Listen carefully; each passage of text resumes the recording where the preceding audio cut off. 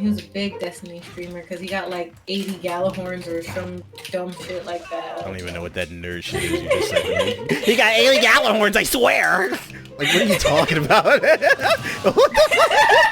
I swear, like, I seen his whole collection. He's got 80 Galahorns. I seen it. It's Galahorns? Stop abusing me!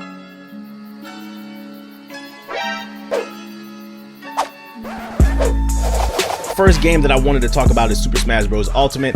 It released back in December. This is supposed to be Sakurai's baby. It's supposed to be his big thing. You know what I'm saying?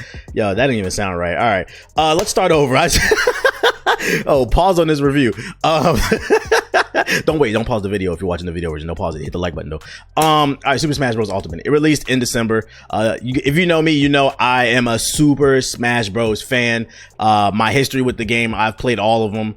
I wasn't a big fan of Brawl, but back in the Melee days when that shit came out when I was a kid, that was like the only game I had on GameCube, and I played 100 million hours of that shit, and I was the toughest guy at the barbecue. So naturally, I'm always excited when a new Super Smash Bros. Comes out, and I really haven't had much time to sit with it when it first came out, but over like the past month or whatever, I've been able to have more time to play with it. And it was mainly due because I was flying around and going to events and shit like that, and I got sick, and yeah, y'all know how that go.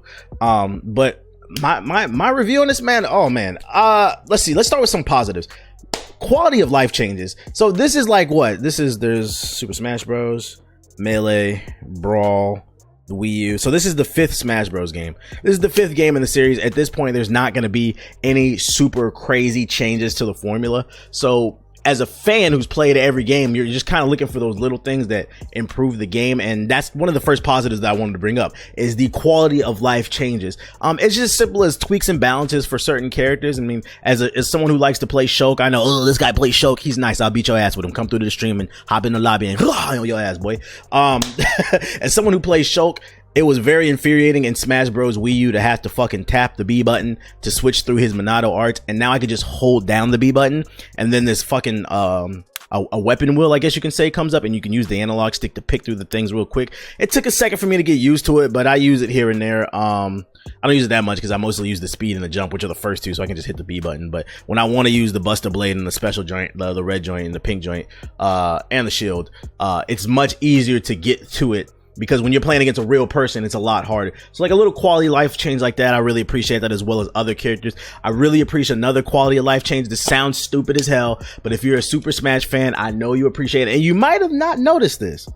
In Smash Bros. Wii U, you could play with the GameCube controller with the adapter, but you could not actually control the Wii U with the GameCube controller, and that was so fucking annoying, because when you would boot up Smash Bros. Wii U or Smash 4, whatever we're calling it these days, you would have to have the fucking pad in your hand, and you would have to navigate the menus, start up Smash Bros, and then you could use the GameCube controller. Nintendo, bravo, thank you. In Smash Ultimate, you can have your GameCube controller plugged in, and you can control the Switch menu and actually get to Smash Bros, and you can control all the Smash Bros menu. You can control everything on the Nintendo Switch with the GameCube controller, and it makes me wonder if I can play my other Switch games with my GameCube controller. It acts as if it's a native controller, and I really appreciate that, because that's one less step to get into the fucking game, and it's nice. So I appreciate little quality of life changes like that. The roster is huge in this game. I think there's like 70 characters, they said. Some of them are what they're calling echo characters, or they're basically copy characters, but there's a lot of original characters that feel unique.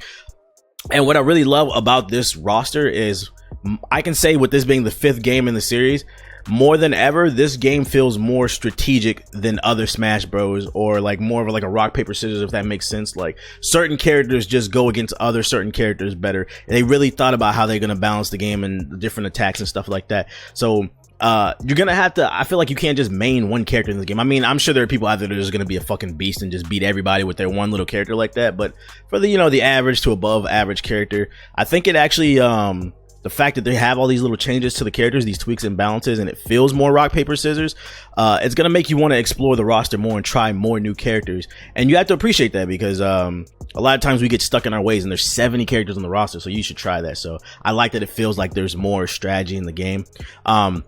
One thing that's new to the game is they brought a new story mode to the game. Well, let me talk about classic mode. Classic mode, it's, you know, go through the waves of enemies and, you know, unlock shit. That's whatever. And it has a nice little pew pew pew game at the end, but I don't really care about that. That's classic mode. What's new to the game is they added a new story mode. It's called the something of light. I don't know, the beacon of light or some shit. I don't know. I don't like it. How about that, huh? So this new story mode, it's so deceiving because in the trailer that they released, they made it seem like it was gonna be so fucking epic. But if you've seen the trailer and you haven't actually played the full game, you've already seen the one damn cutscene that's in the game. There's a cutscene at the beginning where everybody dies and then only Kirby survives, and then the story mode starts from there, and then it becomes this big ass board that you walk around.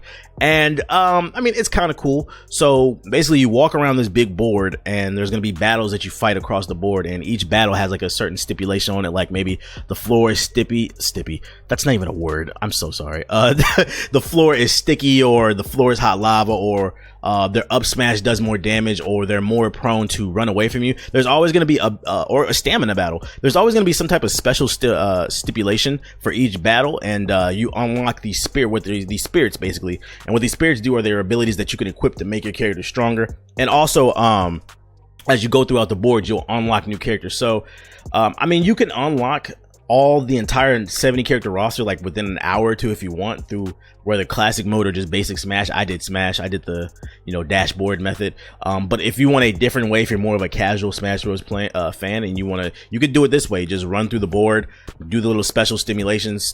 Why do I can't speak today. Do the special stipulations, and you'll unlock characters over time. But I do find that this method of unlocking characters is a lot slower. So I didn't really like it like that, but I don't know. I feel like it's cool for like casual players, but I didn't enjoy it that much. I didn't really see any point, but I guess it adds some longevity to it for the casual players. A couple negatives. It's disappointing that we're now paying $20 a year for the online, or $35 if you have the family plan. We're not paying for the online, and the online experience is still a laggy mess. It's a hit or miss. I mean, some matches are going to be good, and then some matches you're going to run into Wi-Fi warriors, and they're just going to be lagging all over the place. I will say, it's kind of a half negative, right? I will say, when Smash Bros, when you're playing it online, when it's good, it's good. But when it's bad, it is bad, boy. Oh man, it's one of the worst games that you can play online. It's so laggy.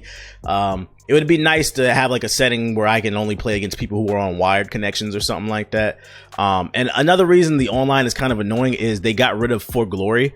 Now when you go online, you basically set your preferences. So I can set it to, I personally don't like stage hazards, and I don't like items. I want to play For Glory. But the thing is, that's just a preference. When it matches you online with another person, they're going to basically look at both preferences and I guess try to find like a middle ground or some shit like that. And you know, at the lower levels, I've noticed that for the most part, you'll get what you want online. But I noticed once you start getting into the tryhard realms, and by tryhard realms, when you play ranked, I mean, and maybe I'm trash, but from what I've seen, once you hit about, you're better, because the way the rankings work is it tells you how many players you're better than online.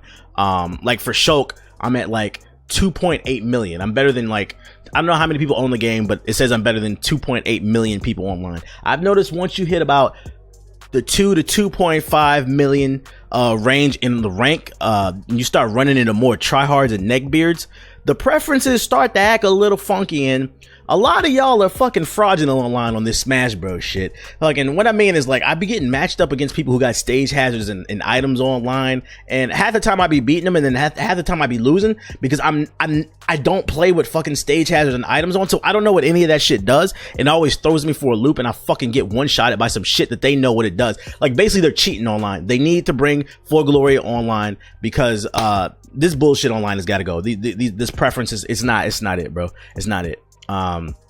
Arenas work well though online. I'll give it that. You can set up an 8-man lobby. It works really well. You can just, you know, create the lobby. And what I really appreciate from Nintendo, once again, is the quality of life thing with the arena. I don't have to add people to my friends list in order for them to hop into my 8-man lobby. As a streamer, I really appreciate that, because I don't want to add everybody to my friends list. Not only because not because I hate and I don't want to play with my viewers, but more so it's a tedious experience when you have, like, I don't know, 5, 6, 7, 800 people in your damn stream, and everybody want to play, and like, all right, well, what's your friend code? What's your friend? I don't got time for that shit, bro. I don't got time for that shit. So it's nice to be able to create an arena and then I can just put the arena on the screen and be like, yo, the arena number is 1234. Type that in, search it, find it, hop in the lobby. I appreciate little simple stuff like that for fighting games. In my opinion, this is the best Smash Bros. Game to date, in terms of visuals, gameplay, quality of life, just all the small things. But I don't know, maybe because it's the 5th in the series, I just wasn't blown away. I didn't get that feeling that I got when I first played Melee, but I still love this game. What's the name? I would absolutely recommend it. Whether, I don't know how much it is now because this review is late. It came out in December. It's like a month late. It's almost February, so it's really almost 2 months late. But if it's $60, I'd recommend it. If it's $30, I'd recommend it. The game's a lot of fun. I'm still playing it till this day. I play it daily almost now. I've really been picking up my Smash Bros. And I think that's a testament to the actual balance and just the flow of the game. Except for, yo, fuck King K. Rool and all the King K. Rool players. Fuck y'all. So hopefully y'all found this review helpful. And I guess I'll see you guys on the next. No, I'm playing. We moving on to the next. Wait, I am technically moving on to the next review. What the